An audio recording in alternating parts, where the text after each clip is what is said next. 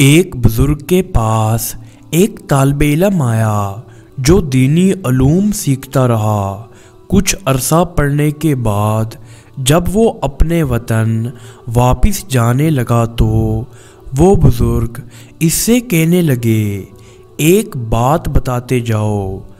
وہ کہنے لگا، دریافت کیجئے، میں بتانے کے لیے تیار ہوں۔ وہ کہنے لگے، اچھا یہ تو بتاؤ، کیا تمہارے ہاں شیطان بھی ہوتا ہے؟ وہ کہنے لگا، حضور شیطان کہاں نہیں ہوتا، شیطان تو ہر جگہ ہوتا ہے۔ انہوں نے کہا، اچھا جب تم نے اللہ تعالیٰ سے دوستی لگانی چاہی اور شیطان نے تمہیں ورغلا دیا تو تم کیا کرو گے؟ اس نے کہا، میں شیطان کا مقابلہ کروں گا۔ کہنے لگے، فرض کرو تم نے شیطان کا مقابلہ کیا اور وہ بھاگ گیا، لیکن پھر تم نے اللہ تعالیٰ کے قرب کے حصول کے لیے جد و جہد کی اور پھر تمہیں شیطان نے روک لیا، تو کیا کرو گے؟ اس نے کہا، میں پھر مقابلہ کروں گا۔ وہ کہنے لگے، اچھا مان لیا، تم نے دوسری دفعہ بھی اسے بھگا دیا، لیکن اگر تیسری دفعہ وہ پھر تم پر حاملہ آور ہو گیا اور اس نے تمہیں اللہ تعالیٰ کے قرب کی طرف بڑھنے نہ دیا تو کیا کرو گے؟ وہ کچھ حیران سا ہو گیا مگر کہنے لگا، میرے پاس سوائے اس کے کیا علاج ہے کہ میں پھر اس کا مقابلہ کروں؟ وہ کہنے لگے، اگر ساری عمر تم شیطان سے مقابلہ ہی کرتے رہو گے تو خدا تک کب پہنچو گے؟ وہ لاجواب ہو کر خاموش ہو گیا۔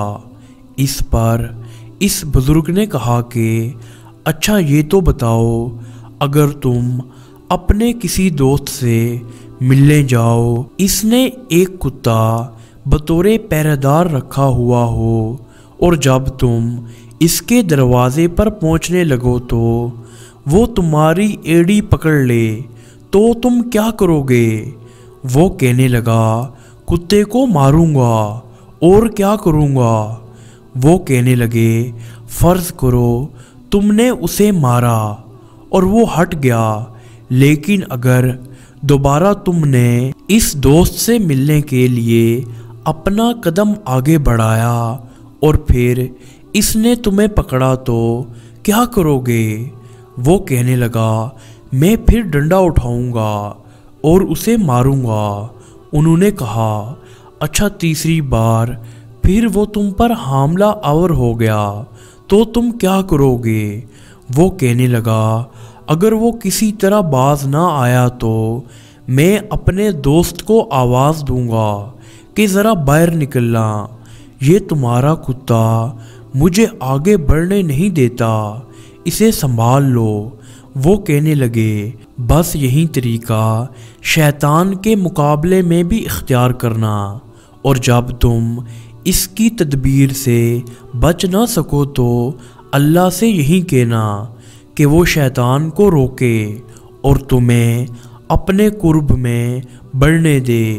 تم اس کا ہاتھ کیوں نہیں پکڑ لیتے جس کے قبضہ قدرت میں یہ تمام چیزیں ہیں؟ اگر تم اس سے دوستی لگا لو تو تمہیں ان چیزوں کا کوئی خطرہ نہیں رہے گا اور ہر تباہی اور مصیبت سے بچے رہو گے۔